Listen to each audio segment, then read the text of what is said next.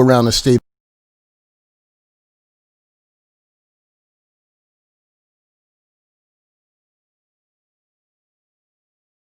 that you can think of the world. So what we decided today, too, we're going to do something a little different. And before I get into the topic, I'm speaking about doing something different. My executive producer, Cheryl Spence, is not here today. We like to call her the White Angela Davis. That's right, because she's fighting everything. She's in the community in Roxbury fighting hard. Cheryl, baby, I miss you. I wish you were here. But we have someone that's filling in for her today. And I guess her title would be producer. So we're going to introduce today producer Janelle Ridley. Janelle, meet the people. Good morning and hello, Boston. Thank you so much for having me on, Tracy. I appreciate it. Cheryl, thank you for this opportunity. I hope all is going well with your day, and I look forward to this segment.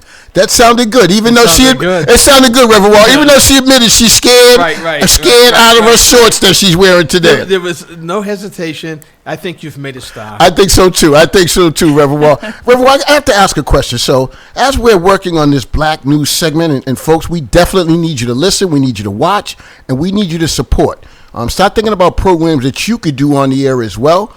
But Reverend Wall, sometimes it seems that folks are a little apprehensive when I ask them to come on this show. Apprehensive? Apprehensive. That's the word I'm going to use. Would you happen to have any reason to believe why? I don't understand, Tracy. I'm a mild-mannered pastor. A good black man. I'm a good black man. That's right. So, and I try to treat everybody with respect and kindness. Look at you. You've become a star since you've been on. I have become a star. And you know what? I had to go get a haircut because it had to fit with my status right now. But that's right, folks. We're trying to bring issues to the community and talk to you about things that we need to talk about. Yesterday, I happened to see Al Sharpton on the air at the funeral, at the memorial service, And one thing that I learned that Al Sharpton talked about is we have to talk about all the issues that relate to the black community, whether it's housing, health care, whatever it might be. And today's discussion is going to be around the Boston Public Schools, which is probably the most crucial community component that we have in our communities throughout the nation. We have two wonderful people that are coming on today. Let me introduce those folks. First, we have, you know what, and one thing that I wanted to mention, that the BPS has gone through a number of changes over the last several years, different superintendents, which means they're going to bring in different staff, which means that you may not necessarily know the folks that are in the school system, and that's what we're trying to do. Normally, when I introduce folks on this show, I talk about their superstar status in the community. These two individuals I'm going to introduce have had superstar status in other communities, but they are here today to tell you why they're going to do the job for our children in the city of Boston through the Boston Public Schools. First, we have Mr. Corey Harris. He's the Chief of Accountability. He recently joined the BPS in July 2019. Prior to joining the BPS, he led school transformation work in 6 different states. Corey, meet the people. Good morning. That's all you got, Corey, for the people? That's it. I just gave you star status. That's all you got, Corey? Oh, trying to get used to this virtual radio show. So, Tracy, definitely appreciate the opportunity to share about the work in the BPS. In the 10 months that I've been in Boston, I could have never imagined our current state. But it's been a really great transition, met a lot of great people, and really excited about partnering with the community to make continuous improvement in the district. There you go. Thank you, Corey. Thank you. The second guest that we have today, one thing that I want to mention that I totally believe in, I like to have diversity on our shows. This next guest, she's a white woman. She is in the school. She's an administrator in the school district. I definitely believe, and I've seen it in all walks of life, you don't have to be black to work in the black community. You don't have to be white to work in the white community. All you have to be is dedicated, committed, have a good heart, and people will respond to you. And this is all I've heard when I bring up this woman's name. I have to give her somewhat superstar status already, because every time I ask for somebody, they bring up this woman's name. And her name is Becky Schuster. She joined the Boston Public Schools as assistant superintendent of equity in November 2015. After over 3 decades in the field of civil rights and inclusion. Becky's prior work includes 15 years as director of training at the Massachusetts Commission Against Discrimination, and she is a mother of a BPS 9th grader. I guess you put your money where your mouth is. Becky, meet the people. Thank you so much for having me, Tracy. It's really an honor to be here in this extraordinary week in the Black community. And that was a very generous introduction, and pleased to have this opportunity to speak with you. Okay, thank you. And I have to mention, Reverend Wall, Becky was the one I think that was a little apprehensive at one point. You know, I think she said, I don't know about that Reverend Wall based on what I've heard, but I Wait wonder. a minute. That is not what I said. No, I'm very Just kidding, honored to Becky, be just here. kidding. My only hesitation was that one of our most meaningful efforts in this age of COVID has been a weekly equity roundtable with our Sure. community partners, and it happens to be at this exact time. So I just had to make sure that I wasn't needed there, and I'm so honored and pleased to be here. Thank you, Becky. And tell your ninth grader, what's your ninth grader's name? Her name is Sage. Oh, that's a beautiful name. I love that name. Tell Sage, Sage, I hope you're listening. We want to say hello. So let's get right into the conversation. I'm going to start with Corey, and then Becky, just chime in where you like. Bottom line, folks, you know, I hear a lot of things about the school system. Is the Boston public school system a good school system? Corey, talk to us. Well, Tracy, that's a really good question. As you indicated earlier, I'm an outsider, and so I've had the opportunity to work in 6 other large urban cities. So I feel like I bring a lot of perspective. 4 of the districts I've worked in were traditional public schools, and then I've had a chance to work for 2 large charter school networks. So with that perspective, I would say being able to compare across multiple large urban cities, I believe in this concept of goodish. The word good makes me really nervous because if you think about it, if somebody says, I'm a good person, then it really doesn't leave the door open for continuous growth. Sure. So I really like the concept of goodish. I think there's definitely a lot of good that is occurring in BPS, and the term goodish is really acknowledging the fact that there are definitely areas of the system that need drastic improvement. You know, if you think about peeling an onion back, there are certain groups of students within our district, you know, for example, our special education students, some of our English learners that aren't being served well. And so we really have to celebrate the best of BPS and try to elevate that across the system. But we also have to be honest and acknowledge those pockets of the system where we have to lean in and do a better job of serving those kids well. So I would describe BPS as a goodish system. I like that. Lots of good, but definitely some opportunities to serve students and families more effectively. I like that. I'm not sure if that's in the dictionary, goodish, but I'm going to use that word around other BPS folks. Becky, what do you think, Becky? What's your opinion of BPS? Our children deserve the very best. They deserve to have classrooms that are culturally sustaining, that are thoughtful of the trauma that they encounter in their lives, that bring them to their fullest academic possibility. That's what I want for my child, and I know that's what all parents and families want for their children. And we've made some strides. I think there are many aspects of the Boston Public Schools that we can all be proud of.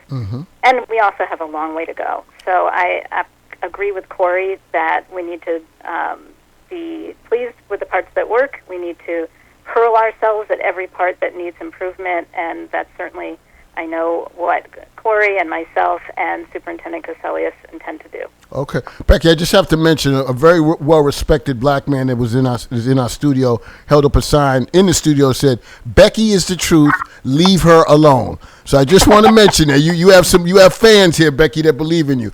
So that's very kind. Let's just throw this out there to the both of you. So, you know, I constantly have to hear folks talk about the BPS system is no good. They're not doing this, not doing that. I don't engage in that conversation. I have a master's degree, but I don't engage in that conversation because I don't know. I think that conversation should be left to academics to determine which direction we go. But I hear so many people in the community say that the BPS system is not a good system. What do you folks think of that when you hear folks talk in that manner about the changes and the dedication and commitment you're putting into your work?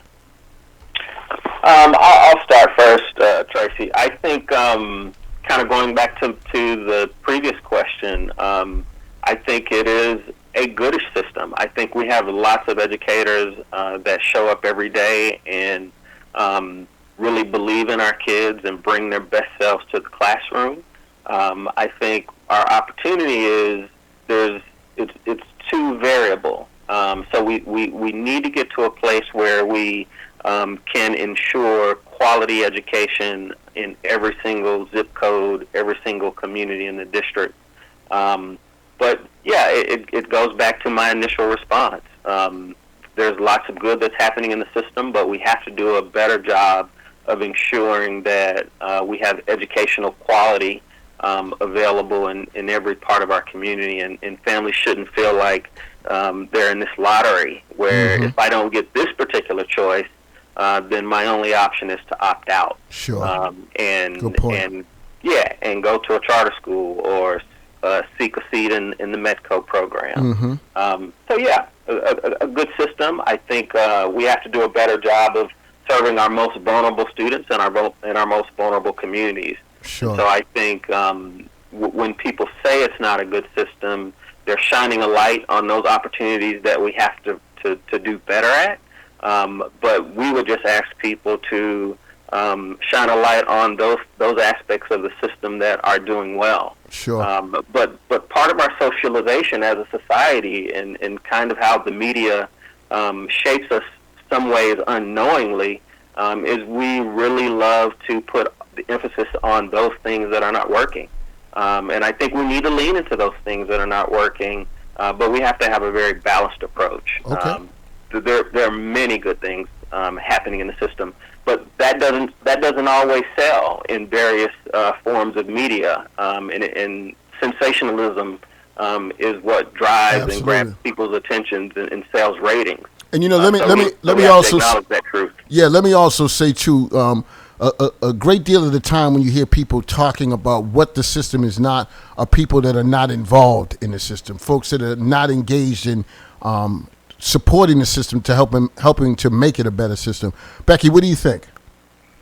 So as a Boston Public Schools parent, my child, as you mentioned, is in ninth grade now, and she started off when she was a 4-year-old in elementary school. And every year I have a heartbreaking conversation with her, and this is the conversation. She comes home from the first day of school, and I ask, do you have gym this year?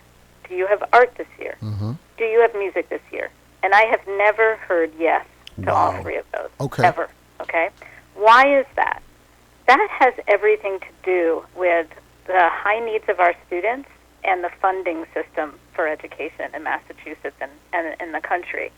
Our students have many needs. They are targeted by racism every day, most of our students. They are often in low-income families. We have many students with special needs. We have many students who are English learners. And so our students have higher needs than their white middle-class counterparts in the suburbs. And at the same time, the resources that we have, the financial resources, can't keep up because the way that our system works, with property taxes being a large portion of how we fund education, means that our kids don't get what they deserve. So to me, the biggest equity issue in the Boston Public Schools is that our children don't get the same things as their counterparts in other parts of Massachusetts. And with what we have, the resources we have, I think we do many things remarkably well. Sure. And I dream of a day where we will think about how to move more resources from those who have more than they actually need and bring them to our kids. One of the things I want to mention to you, talked about music years ago. I can remember being in school, and when music was presented to us, that option, you had two options. One was a trumpet. You could play a trumpet, or you could play the violin. I do not see myself doing either one of those. Just a suggestion. It may make some sense too when you talk about music, is do some music production. Some of the stuff that relates to what young people are dealing with today. But that's just a suggestion.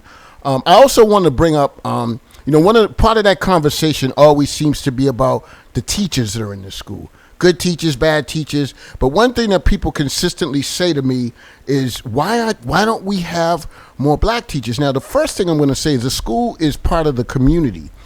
So First, I want to ask our producer, really to read off some statistics around the percentage of teachers. But a school is part of the community. In order for us to make that school better, the entire community has to participate. We cannot leave everything on the plate of the school department to try to get things done. So once Janelle reads off these statistics, please tell me how the community can help in generating diversity amongst teachers. Janelle?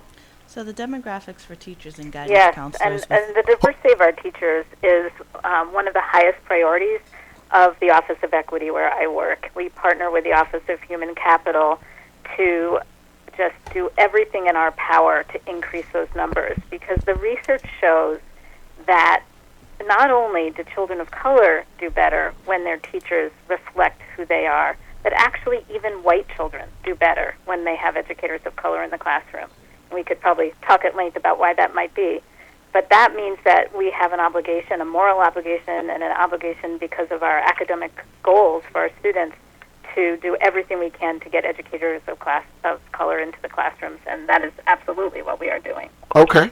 And Janelle, why don't you read off the statistics that we have around the data around the percentages of what types of teacher based on race? So for teachers and guidance counselors within the Boston Public Schools, 21.5% of the demographics are black, 59.7% are white, 10.7% are Hispanic, 6.2% are Asian, and 2% identify as other. Now, Corey, how do we, if one of the concerns that I consistently hear is around we need more black teachers, what do we do? What does the community, not the school itself, what does the entire community do to support the BPS in getting more teachers of color?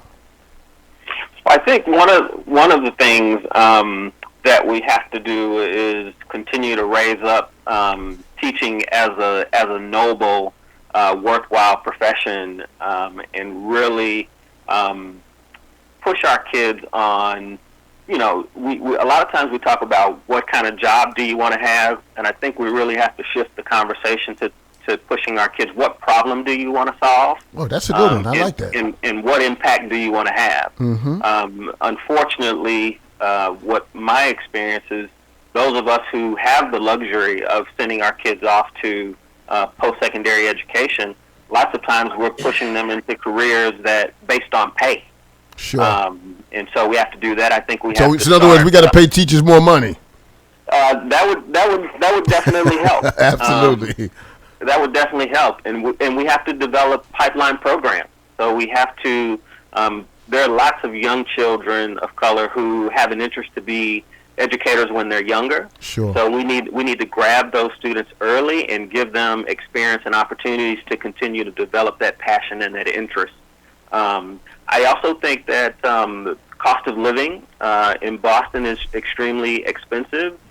So if we had some type of housing opportunities to offset the significant cost of living in Boston, it would make it a little bit easier. We're increasing our pathways to Latinx serving institutions and to our historically black colleges and universities. Okay. Yeah, I went to Morgan State, so I definitely agree with that. We have a caller. Caller, who are you? Tell us your name and where you're calling from. Hi, my name is Cheryl Spence. I am from... Is this the white Angela Davis? Yes, it is. All right. What's your question? I'd like to say Janelle is doing a fantastic job as Thank you, Cheryl. Partner in crime over there. My question is, I often hear that teachers are saying that they have to buy supplies, for the students themselves when this should be budgeted. And you see high-rises like One Dalton, the Millennial Towers, the seaports booming. Why aren't those tax dollars being added to the school budget? I mean, it's kind of concerning that we are generating, there is wealth here in Boston, and it seems like the schools are underfunded. And how can you address getting money funneled to school? Corey, Becky? Well, I think it's very relevant to my earlier comment about our funding sources for education and how those are structured in Massachusetts.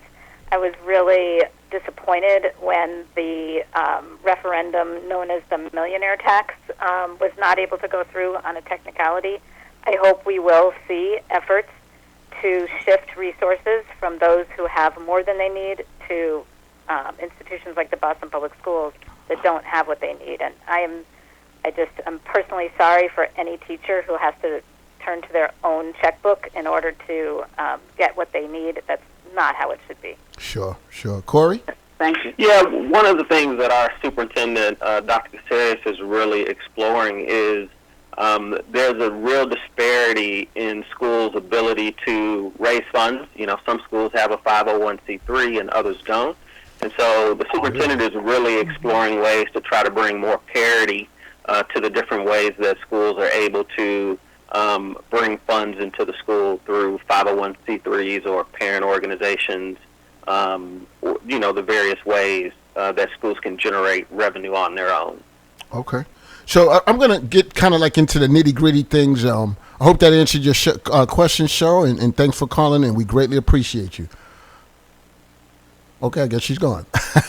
So I want to get into some very specific questions that I think that parents may be curious about. So let's say I'm coming out of high school and I've determined I want to be an educator. And you know, I've learned some different things in school, and I want to be creative in my classroom around learning. Can teachers step out of the state lines of curriculum and be creative in the classroom and around learning? Or does every teacher have to stay within the same continuum and guidelines and structure in regards to teaching? Because I'm wondering if that has anything to do with certain folks deciding whether or not they want to be a teacher or not. So can they do different things in regards to curriculum? So that's a really good question. And in Boston, there's lots of autonomy around curriculum. And there's good that comes with that, and there's some challenges that come with that, too. So what I would say is that teaching is an art and a science. Mm-hmm. So the art is really how teachers present information, how they make it relevant, how they connect it to students and their unique experiences. And then the science is there are concrete skills and knowledge and competencies that a student must have. Mm-hmm. So we have to make sure that our teachers are providing standards-aligned, grade-level academic experiences in the classroom. And a lot of districts that I've been in, they have pacing guides and they have set curriculum to try to make sure that students are getting as many at-bats as possible at the grade level. Some recent research from the New Teacher Project indicates that 30% of classes serving students of color did not use a single grade level assignment in any given week. Wow. And then they looked at 5 really diverse districts, and they found that students got good grades on assignments 71% of the time, but they didn't meet grade level standards only 17% of the time. Wow. So it's how do you find the right balance between allowing teachers to be creative, but then also making sure that they're still giving students those standards-aligned grade level expectations so that when they get to the end of their K-12 experience, they're college and career ready. Okay. Sounds good. Becky? Yeah, I think Corey answered it beautifully, but since you passed me the mic, I will take this opportunity to just mention in reference to your earlier question about the community supporting our efforts in the Boston Public Schools to increase the number of educators of color. I want to encourage anyone who would like to consider becoming part of our talented educator workforce there you go. To send an email to recruitment@bostonpublicschools.org. That's recruitment@bostonpublicschools.org. We have some amazing pipeline programs for members of the community, regardless of what your current career is or educational background, can be fast-tracked to get into our classrooms. And we need people with passion. We need people who are homegrown in our own Boston communities, because they're the ones who can relate best to our students and inspire our students, and we want you in the Boston Public Schools. And for folks who consistently criticize the BPS around that diversity, please get involved and help us at any level of nurturing young people to want to be teachers. You know, it's very important that we have a balance and that we have strong folks in those positions. Now, I'm just going to, just throw this out there. I also get into these conversations with folks. Oh, that teacher's horrible. That teacher's good. That teacher's all right. To be honest, it's very difficult with MCAS and standardized testing to determine what a teacher is nowadays. How do we determine, Becky, how about if you take the first crack at this? How do we determine if a teacher is actually doing a good job or not? something that's going to make a parent feel good about what you're teaching their child? I think we always need to look at the sort of basic statistics around assessment results, those tests that, as much as I know their limitations, that's part of the picture. But we also need to look at many other factors. How are they connecting with our students? Mm-hmm. How are they building relationships with our students so that our students feel, my teacher genuinely cares about me. My teacher wants to know me. Mm-hmm. My teacher wants to be there for me. My teacher wants to ensure that I feel included, that my people, my culture is represented in what I'm learning. So I think when I step into a classroom, my daughter's own classroom, or visit schools as part of my work, I'm always looking for not only is it rigorous instruction, but do I see looks on our children's faces where they can tell they are at home in that classroom and that adult is trustworthy to treat them with respect, to understand the specifics of their own backgrounds and identities, and that they are actively engaged in that student's life in a way that inspires that student to fulfill their potential. Okay. Janelle, I saw that you had something that you wanted to say as well. Sure. So as a former teacher within the Boston Public Schools, just listening to the conversation and some of the questions you're asking, Tracy, made me think, to the 3 years I taught at a high school. And to just echo some of what Becky said, I think it's really important, the relationships teachers have with their students, because it determines, the progress that young person's going to make throughout the year. If you have the relationship, then you understand when they have their off days, sort of what's going on behind the scenes of things. And I think that's really important in the education and the progress that individual student is going to make throughout the year. But also just building that trust and that safety net that a lot of our students within this community need, and don't have, because they need that adult outside of the home that they can really sort of speak with about a variety of things that may be going on. Mm-hmm. And also back to your question in terms of educators of color, as a former teacher of color within the school system, one of the things that I struggled with is, the support, right? And I think that's why you see that there's a turnaround for teachers of color within the Boston Public School system. And I know the district is working really hard to make sure there's enough organizations to support teachers of color, but I think the challenges and the sort of demands that are placed upon them look differently than their white counterparts. Sure. In the school system. One thing I want to say to people in the community as well, teachers can do a better job if you support them. Once your child goes to school every day and learns what they learn, it's up to the parent to make sure that their child studies at home. Yes, teachers are miracle workers. I've seen teachers take individuals 10, 11, 12 years old that couldn't read. My man David Hinton, I saw him take two brothers and teach them how to read at the age of 12 years old, which was phenomenal. So they are miracle workers, but they become even better when we have parents that are working with their own children at home as well. Corey, I want to pose this question to you. So before I get the opportunity to see at times exam schools, and what we're going to do after this next question, we're going to go into the classroom, into the school, kind of a 101 session, I'm going to call it. But Corey, why don't we see, we have our exam schools, Latin Academy, the O'Brien. I'm curious, why doesn't the Boston Public Schools have schools that are gender specific for talented students? An all-boys school, an all-girls school for the kids that are talented. Why don't we see that type of school, and especially in an environment now where we can really be creative around learning, and especially the pressure that's put on educators around making sure that our children are learning and behaving in the way that they should in a school system? Yeah, Tracy, that's a really good question, and having such limited context here in Boston, I've seen that in some of the other places where I worked, but having such limited context here in Boston over 10 months, I'm going to pass that question to Becky. Okay.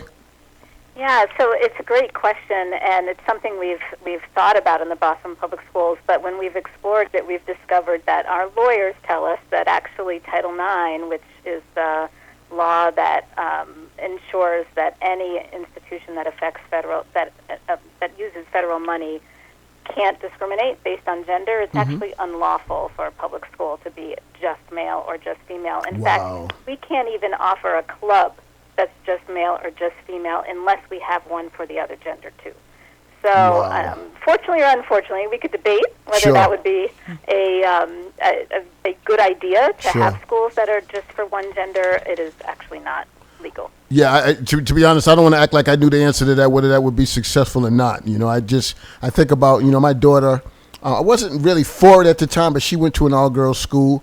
But it takes a lot of pressure off, especially the girls. It takes a lot of pressure off with peer pressure with boys and some of the other stuff. And at times it makes it a lot. It seemed as though my daughter was having a really great time because she could share her voice and feel like it's being respected without times you see young males dominating the conversation. So I'm going to pose this question. Now, let's flip it. Let's do something a little different. Now we're one-on-one days now. Corey, Becky, Janelle, either one of you. So every morning I go to the gym. At the time I come home from the gym, I run right into that Latin Academy traffic. And it is crazy with kids and parents. Instead of me driving around the traffic, for some reason, it draws me right into the traffic. And you know what draws me there? The kids, the students that are going in. Black, white, Latino, Asian. But the thing that I enjoy most, they are rushing into the school. Not because it's cold, because they want to learn. They seem happy. They are smiling. You have people, you look at people, the kids walking in, you got a black, Latino, and an Asian girl together. It just seems like they're having so much fun. Why are the students, and then I go by another school and it just looks just the opposite. Why are these students at Latin Academy seem to be so happy about coming to school every day and learning? I think go ahead, Corey. Yes, I think one of the things that I would say is that it starts with adult attitudes. So if the adults have a very positive, contagious attitude and they really believe in our students and their families, I think that translates into how students experience schools. I think it's also variable in terms of the welcoming learning environments that we create from school to school. Some schools I feel like do a better job of knowing and addressing the unique needs that their students bring to school. And one last thing I'd say before Becky or Janelle jumps in is I really believe in this concept of moments. Schools have to do a better job of creating moments. If the typical person would think about, let's just say, their high school experience, the things they remember are, they might remember a dance or a party. They might remember prom. They might remember graduation.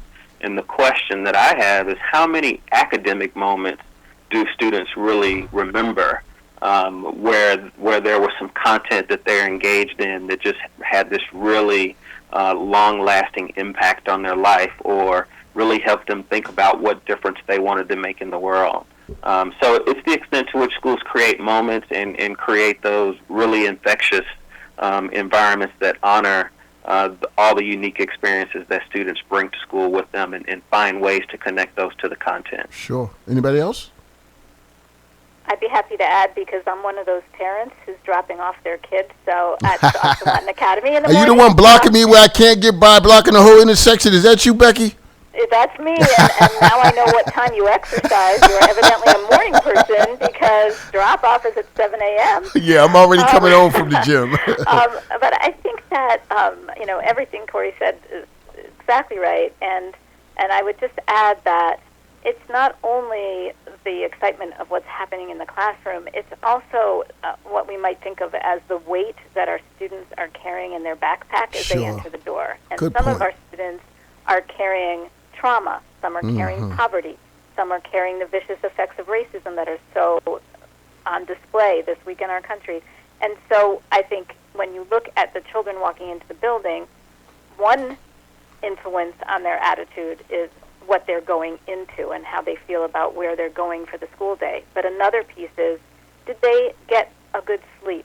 Did they get a good dinner last night? That's right. Did they get what they needed on the most basic levels as well as the more social emotional needs that are so hard to meet when parents are so stressed by the results of income inequality and racism in this country. So I think it's both. It's both what's happening at the school, but it's also what's happening in the society that impacts our young people. Yeah, and I want people to listen to what our educators are telling us. Very basic things make for a successful child in the school. Did they get a night's rest? Do they have the proper supplies? Did they eat a proper breakfast in the morning? Listen to what the educators are telling you will work for them in an opportunity to teach your child better. One other thing I wanted to add to that, too, sometimes I'm happen to be coming through the neighborhood at night, and on parent-teacher night, it is wonderfully ridiculous the amount of parents that show up to a parent-teacher meeting at Boston Latin Academy. I mean, all the parking lots are filled. People are parked on the streets. They're double parked. And you know what, to be honest, I don't care if they're double parked or blocking the entrances of whatever, because they are here to make sure that the children are learning. How do we get parents to come outside of their doors and engage in their own child's education? Once again, you guys are miracle workers, but you can't do it all yourself. At Latin Academy, they figured out a way. Or maybe it's a different group. I'm not sure. Talk to us. But how do we get parents to come out and engage in the schools to support the parents, to support the teachers, and to support their child? I think there are a lot of layers to the barriers that parents have to showing up at parent night at any given school. For starters, when you think about how most of our children get to school in the morning, they take that yellow bus, right? Mm-hmm. But our parents don't have that yellow bus to take them to parent night, right? So for some of our parents, it might be that they have to get on 2 different city buses, 3 different city buses, a city bus plus a subway to get to parent night. There are those basic barriers. Or maybe, a single mom works 2 jobs. She's not going to get to parent night either. So our parents are up against a lot of very basic barriers to being engaged in traditional ways in their education. It has nothing to do with how much they care. It has to do with the challenges in their lives. So in the Boston Public Schools, we have to go the extra mile, and we have some wonderful folks on our parent engagement team that know how to go that extra mile to find ways to engage parents that might not require them to actually make that trek to that school or take time off of work in order to show up at that parent night. And it's also a responsibility of our educators to be aware of how to connect with parents who may not be able to show up in those traditional events. Yeah, Becky, I've heard from parents at times that they can't necessarily understand some of the lingo when they go to the meetings, that parents, that teachers kind of talk over their heads, so it discourages them from coming back. How do we fix that? Well, I think it's a great example of the responsibility our educators have, our school administrators have, any of our staff members, to check their own biases and think about how to ensure that when they're connecting with our families, that they're doing it in a way that's accessible. Both accessible on a practical level, such as understanding that there might be a transportation challenge, or we may need to provide child care in order for our parents to come to our school buildings. Talk to them, Becky. And also Becky. accessible verbally, as you're wisely pointing out, Tracy, that we need to make sure that we take that lingo out of our language so that we are speaking to everyone, not just some people. There you go. And Becky, Corey, I love what you're saying. If I was a little younger, I'd say I'm going back to high school, and I want you to be my teacher. I like what you're talking, and you're going to make sure we get my parents involved. I don't know if they want me back in high school, but they'll be involved. So we're getting some comments online as well. A gentleman by the name of Eric Kennedy. I want to pose this to our folks. I've heard of cities. I have heard of city school systems doing a 5-year high school program and leaving with a high school diploma and an associate's degree. Do you think something like this could be beneficial or work for the BPS system? Corey? Oh, I would say absolutely. A lot of states call that dual enrollment, where students are taking college courses, typically at one of the area community colleges, and they're getting dual credit. They're getting credit towards their high school diploma, and they're also accumulating college credit at the same exact time. I think that's like the ideal situation for students who are ready for that challenge and have the support system in place to kind of have this dual experience going on at the same time. And the savings that a student and a family experiences is just tremendous. I know we recently had 2 young people from Madison Park complete the early college program, which resulted in them, I think, finishing with an associate's degree at the same time that they earned their high school diploma. So it's absolutely a great thing, a tremendous cost savings for families. And I think the key to it is not just having it available to students and families, but as a system really thinking about how do we support students and families to be successful in that experience. I think lots of times we stop at the point of it's available, but we don't think about the extra steps that we need to take to create those support systems for a student and a family to engage in such a rigorous and demanding academic experience. But I would say we have many kids, I think, that are capable of taking that on and being successful. Sure. So we're running out of time here. We have a ton of questions. This conversation is excellent. Let me jump down to another issue that we have. I'm going to jump around here a little bit because we're not going to have time to get all these questions in. But at one point, there was this big push. Everyone's talking about the charter school systems. At one point, it was the parochial school systems. You hear about all of these different systems that are going on. We're going to talk a little bit about MECO right now. But before we do, Janelle, kind of talk to us. Give us the data on where students in Boston are attending schools.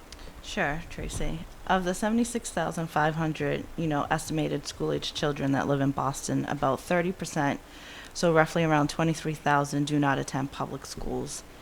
About 10,787 go to the public charter schools.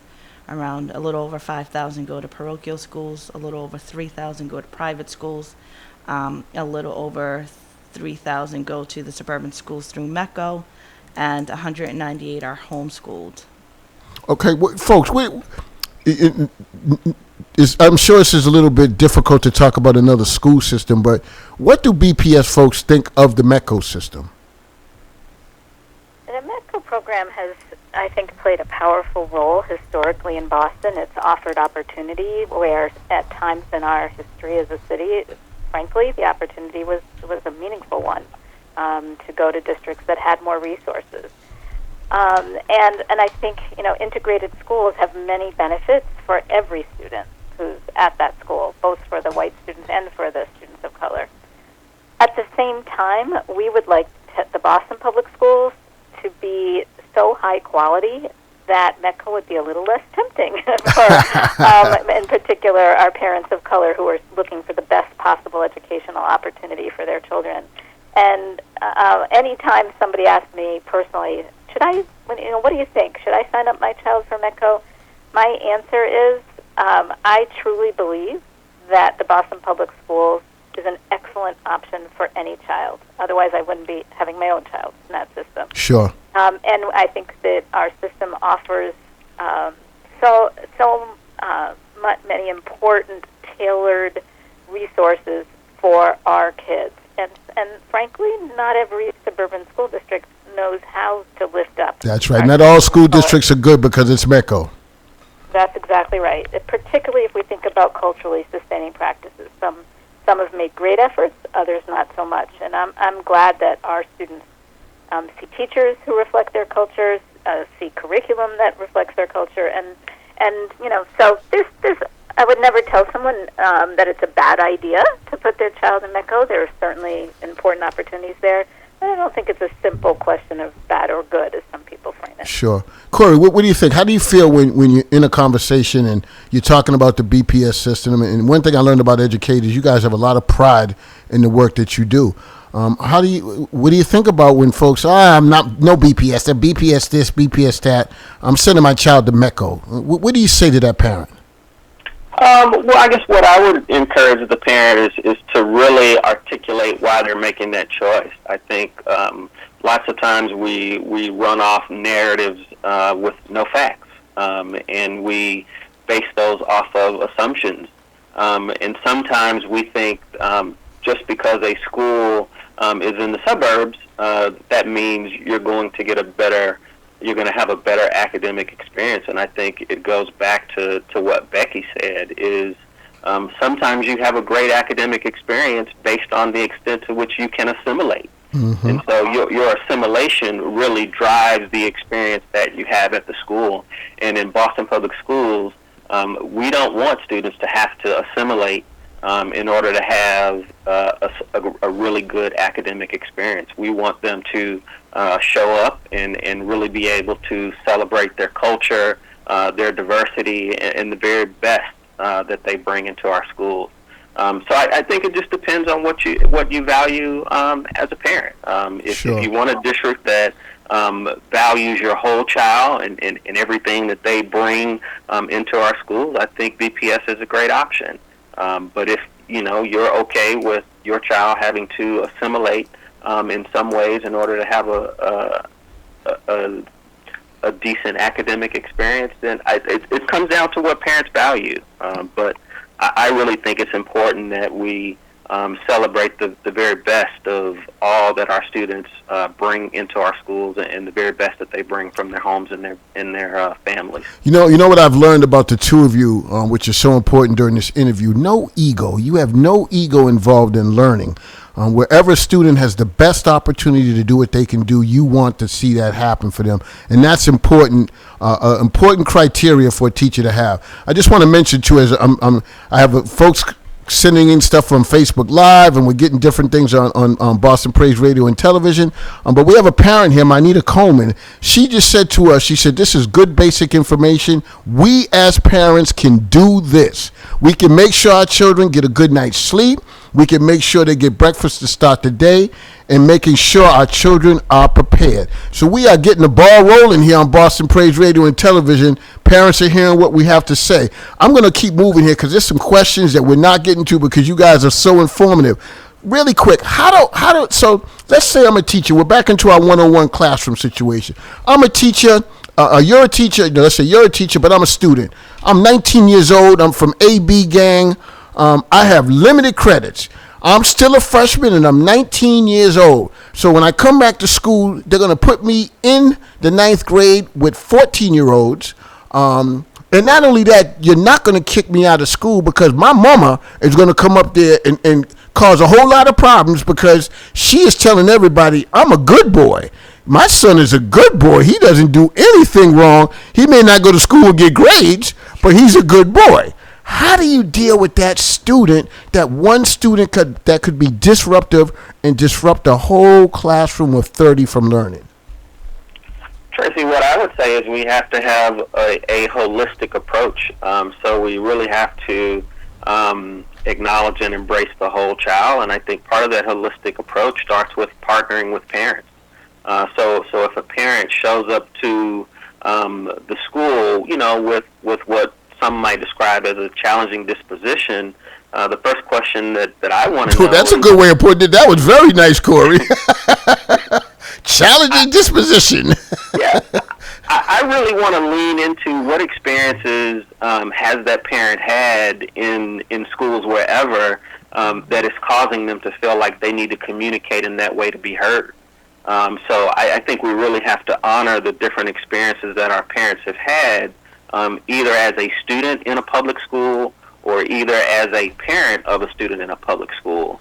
And I think when you honor those experiences, then I think you open up the door for partnership and you create this dynamic where we can really hear each other and then figure out how we work together to meet the needs of the student.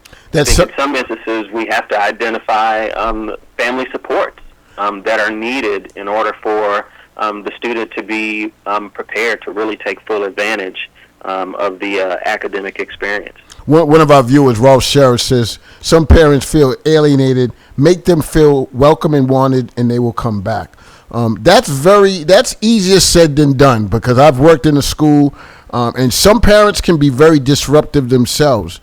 I've been in a situation where I worked at a school, and those kids that were in that age group we actually not putting them out in the streets and saying you can no longer attend school here, which is against the law, but we took them to different alternative programs to see if those environments would fit in better with them, and we included the parent in that discussion.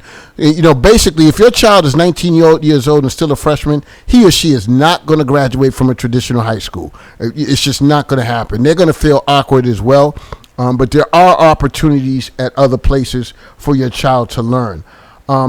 What advice would you give a new teacher, a young teacher that has a disruptive student in their classroom? How do you tell, and let me just tell the story. This was horrible.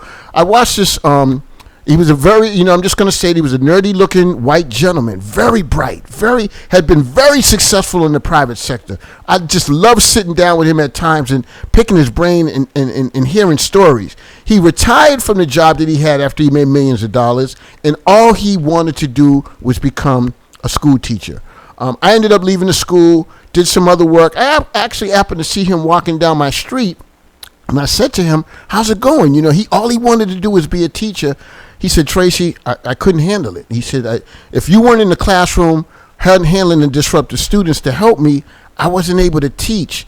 And they basically ran this man out of the school, which I felt was a disgrace, and I felt bad because those parents and those children were not getting that experience from that teacher. That gentleman was so motivated. He had so much to teach these students, but he could not handle that disruption. What do you tell a new, young, motivated teacher how to hang in there and what they should do with a disruptive student in their classroom? Well, Tracy, I would give them one sentence, and that one sentence is, all behavior is communication. Sure. All behavior is communication. So when students are having difficulty being successful in the classroom, they're trying to communicate something to us. At some place, there's a need that is not being met. And so if I lead with that question and become curious, right? A lot of times, those of us in the education profession, we did well in school settings. And so it's really difficult for us to empathize and really understand when a young person is not coming into the classroom the same way we did as students. And so I say really get curious and really try to figure out what is this student trying to communicate to me, and then how do I help this student, how do I partner with this family in order to address whatever the need is that the student has. Sure. I'd be remiss if I didn't ask this question. So I also worked at the high school level, and one of the most difficult things to deal with were students coming in the building reeking of marijuana. The Mary Jane, that's right. They get in groups before school and start smoking and coming to the school. How are schools dealing with these new marijuana laws now? And basically, you're not going to get arrested for smoking a joint. It wasn't happening then. It's a very difficult situation for police. But how are teachers dealing with a student that's coming in? Let's say plural students that are coming in, and they've been smoking blunts before school. Well, one of the things I would lead with, Tracy, is saying that we give a student wellness survey annually. We're required to, and we're actually seeing the number of users actually is on the decline. Not in a significant way, but we definitely see the number of students who are self-reporting use of marijuana and other illicit drugs is on the decline. So that's a positive thing. Sure. Our challenge now is just this whole advent of vaping. But typically where we've had a practice of pushing kids out when they show up smelling marijuana or indicating symptoms of being under the influence of something, typically we push them out. And when we push them out, all we're doing is creating the opportunity for them to engage even more. And so we're taking more of a counseling, therapeutic approach. How do we provide education so that students better understand the impact of the choices that they're making? We're making more opportunities. We're creating more opportunities to partner with the whole family because some of these challenges can't be solved just by working with the young person. We actually have to provide supports around the whole family unit and support them to make healthier choices that are going to better position them for success. Sure. We're also trying to, as part of our strategic plan, the superintendent's strategic plan is trying to create more opportunities to get kids connected. So if you get kids involved in sports and after-school activities and get them connected in ways outside of the traditional academic program, they don't have as much time to engage in those types of unhealthy behaviors. Sure. I'm sorry, Corey, but we're running out of time here. This discussion has been crazy. I mean, very productive. People are loving this. We have 2 minutes. One thing I want to say is around the marijuana stuff, what we did at times is I used to go into the kitchen and ask the lunch ladies to give me snacks, and I would take them and put them in my office and tell them to eat their way out of that marijuana high before I sent them to the classroom. But I also want to mention, too, there is no way that a one student in a classroom, this is my opinion, not the BPS, but there is no way that one student in a classroom should disrupt 30. If that one student is disrupting a classroom, I think we have to remove that person and find a better environment for that student so that a whole classroom full of individuals don't miss out on learning. Very quickly, Becky, you're locked in. It's COVID. What is the signature dish that you cook that no one in your family can live without, that is just, they call up and say, you got to make this and bring it over so I can have it, Becky? What's your signature dish? Well, I am glad you brought up food because I just want to make sure your listeners know that we serve breakfast every day in the Boston Public Schools. That's been true for the last several years to any student who wants to eat it, and we continue to serve I think we're up to 500,000 meals served since the closure. So if I was going to pick my favorite dish, I would say whatever the children of Boston are willing to eat, we want to make sure we feed it to them breakfast and lunch every day. Now tell me that's not a dedicated teacher, administrator, everything. They told me you were a superstar, Becky. I believe it. I definitely believe it. Corey, what's your brother, man? You better come up with something good for me here, because my favorite dish, I fry some chicken like you can't believe. All right, what is your dish that no one in your family can live without, that you're cooking a whole lot of during this COVID period? Fried fish and spaghetti. That's what we like in the southern part of the country. Yeah, you got that right. I remember being in Hereford, North Carolina. I didn't eat fish, but if I wanted to eat that day, I had no choice. That fried fish and spaghetti go together. Any special seasoning with that? Not really. Okay. So I just want to thank the two of you for coming on the air. I'm so sorry we didn't have more time. If you would see how the lines and folks are sending in all types of messages, but I'm sure we'll have you back. You want to say a few closing words? We got about 10 seconds. Thanks so much for having us, Tracy. It's a really great opportunity to speak with your audience. Thank you, Becky. Yeah, we really appreciate you taking a balanced approach as we look at the BPS, the good things happening in our system, and just really, being willing to lean into the opportunities where we can serve students and families even better. Yeah, it's not getting us anywhere by pointing fingers. Janelle, final words. Thank you for coming on the air. We will have you back. Janelle? Thank you both for being part of today's conversation. And Becky, it was a pleasure working with you, so I have no doubt that everything you had to say comes from the heart. Thank you. And next week, we will be talking about policing. Thank you, everybody, for coming in. I'm glad everybody got to meet everybody that was out there. And people, please check in with Corey and with Becky, and I'm sure they'll give you the support you needed. Thank you, and we love you.